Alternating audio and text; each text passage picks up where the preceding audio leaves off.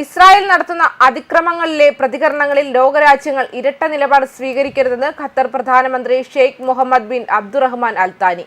ഇത്തരത്തിൽ ഇസ്രായേലിന്റെ നിശബ്ദ ആക്രമണങ്ങൾ തുടരുകയാണെങ്കിൽ രാജ്യങ്ങൾക്ക് കനത്ത പ്രഹരമേൽക്കേണ്ടി വരും.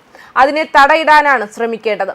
അതുകൊണ്ട് തന്നെ ശക്തമായ നിലപാട് ഇസ്രായേലിനെതിരെ സ്വീകരിക്കണം. ഇരട്ട നിലപാട് വീണ്ടും പ്രശ്നങ്ങളിലേക്ക് കൊണ്ടുപോകും. ഖത്തർ വിളിച്ചു ചേർത്ത അറബ് മുസ്ലിം നേതാക്കളുടെ അടിയന്തര ഉച്ചകോടിക്ക് മുന്നോടിയായുള്ള യോഗത്തിലാണ് അദ്ദേഹം ഈ ആവശ്യം ഉന്നയിച്ചത്.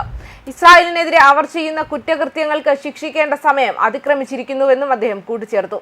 പാലസ്തീൻ ജനതയെ അവരുടെ നാട്ടിൽ നിന്ന് പുറത്താക്കുക എന്ന ലക്ഷ്യത്തോടെയുള്ള ഉന്മൂലന യുദ്ധം വിജയിക്കാൻ പോകുന്നില്ലെന്ന് ഖത്തർ പ്രധാനമന്ത്രി വ്യക്തമാക്കി.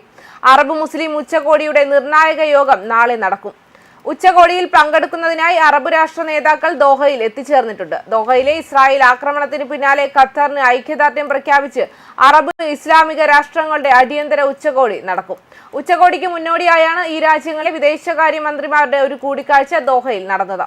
ഇസ്രായേലിനെതിരെ അന്താരാഷ്ട്ര തലത്തിൽ ഒന്നിച്ചു നീങ്ങാൻ ലക്ഷ്യമിട്ടുള്ള കരട് പ്രമേയം ഈ കൂടിക്കാഴ്ചയിൽ ചർച്ച ചെയ്തു. ഇത് നാളെ നടക്കുന്ന ഉച്ചകോടിയിൽ അവതരിപ്പിക്കുകയും ചെയ്യും. സൗദി, തുർക്കി, പാകിസ്ഥാൻ, ഇറാൻ, ഇറാഖ് എന്നിവിടങ്ങളിൽ നിന്നുള്ള നേതാക്കളും ഉദ്യോഗസ്ഥരും ഇതിനകം ഖത്തറിലെത്തിയിട്ടുണ്ട്. അതേസമയം ഖത്തറിൽ ഹമാസ് അംഗങ്ങൾക്കെതിരെ ഇസ്രായേൽ നടത്തിയ ആക്രമണങ്ങളെ തുടർന്ന് ഗാസയിലെ യുദ്ധം ചർച്ച ചെയ്യാൻ US state secretary Marco Rubio സന്ദർശനം നടത്തുന്നതിനിടെ ഇസ്രായേൽ ബന്ധം മുമ്പൊരിക്കലും ഇത്ര ശക്തമായി എന്ന് ഇസ്രായേൽ പ്രധാനമന്ത്രി ബെഞ്ചമിൻ നെതന്യാഹു പറഞ്ഞു. ഞായറാഴ്ച ജെറുസലേമിലെ പുണ്യസ്ഥലത്ത് വെച്ച് അദ്ദേഹം മാധ്യമപ്രവർത്തകരോട് വ്യക്തമാക്കി. ബന്ധം പടിഞ്ഞാറൻ മതിലിലെ കല്ലുകൾ പോലെ ശക്തവും നിലനിൽക്കുന്നതുമാണെന്ന്. നേരത്തെ US പ്രസിഡന്റ് ഡൊണാൾഡ് ട്രംപ് അമേരിക്കയുടെ പ്രധാന സഖ്യകക്ഷിയായ ഇസ്രായേൽ ആക്രമണത്തിൽ അതൃപ്തനാണെന്ന് റൂബിയോ പറഞ്ഞിരുന്നു. എന്നാൽ US ഇസ്രായേൽ ബന്ധം വളരെ ശക്തമാണെന്നും അദ്ദേഹം ഊന്നി പറഞ്ഞു. ഗാസ സിറ്റിയിൽ ഇസ്രായേൽ സൈന്യം റെസിഡൻഷ്യൽ കെട്ടിടങ്ങൾ നശിപ്പിക്കുന്നത് തുടരുകയും നഗരം പിടിച്ചെടുക്കാനുള്ള കര ആക്രമണത്തിന് മുൻപ് ആയിരക്കണക്കിന് ആളുകളെ പലായനം ചെയ്യാൻ നിർബന്ധിതരാക്കുകയും ചെയ്ത സാഹചര്യത്തിലാണ് അദ്ദേഹത്തിന്റെ സന്ദർശനം. ഞങ്ങൾ അതിൽ സന്തുഷ്ടരല്ല എന്നത് വ്യക്തമാണ്. പ്രസിഡന്റ് അതിൽ സന്തുഷ്ടനായിരുന്നില്ല. ഇനി നമ്മൾ മുന്നോട്ട് പോയി അടുത്തതായി എന്ത് സംഭവിക്കുമെന്ന് കാണേണ്ടതുണ്ട്. ഇസ്രായേലിലേക്ക് പോകുന്നതിന് മുൻപ് റൂബിയോ പറഞ്ഞു. ജോയിന്റ് ബേസ് ആൻഡ്രൂസിലെ തന്റെ പ്രസ്താവനയിൽ ട്രംപിന്റെ മുൻഗണന എല്ലാ ബന്ധുക്കളെയും തിരികെ കൊണ്ടുവരികയും യുദ്ധം അവസാനിപ്പിക്കുകയും ചെയ്യുക എന്നതാണെന്നും റൂബിയോ കൂട്ടിച്ചേർത്തു. ഇസ്രായേൽ ആക്രമണം ആരംഭിച്ചപ്പോൾ ഗാസയിൽ വെടിനിർത്തലിനുള്ള US നിർദ്ദേശത്തെക്കുറിച്ച് ചർച്ച ചെയ്യാൻ ഹമാസ് അംഗങ്ങൾ ദോഹയിലായിരുന്നു.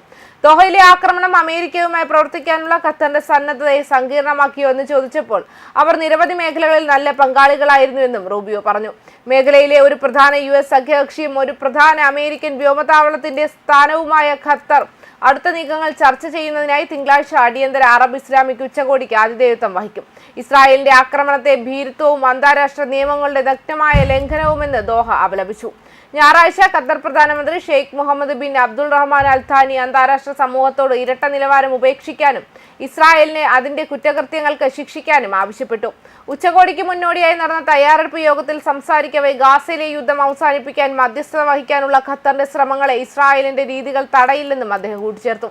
2023 ഒക്ടോബർ 7 ആക്രമണം സംഘടിപ്പിച്ച മുതിർന്ന ഹമാസ് നേതാക്കളെ ലക്ഷ്യമിട്ടതിനാൽ ഖത്തറിലെ നീക്കം പൂർണ്ണമായും ന്യായീകരിക്കപ്പെട്ടതാണ് എന്ന് നെതന്യാഹു പറയുകയും ചെയ്തു. ന്യൂസ് ഡെസ്ക് കർമ്മ ന്യൂസ്. ഈ ഓണത്തിന് മൈജിയിൽ മൊബൈൽ ഫോണുകളുടെ മാസ് കളക്ഷൻ, മാസ് വിലക്കുറവ്, സൂപ്പർ EMI ഓപ്ഷനുകൾ, ബ്രാൻഡ് ഓഫറുകൾ, ഇതിലെല്ലാത്തിലും ഉപരി മൈജി സ്പെഷ്യൽ ഓണം ഓഫറുകൾ. മൈജി ഓണം മാസ് ഓണം.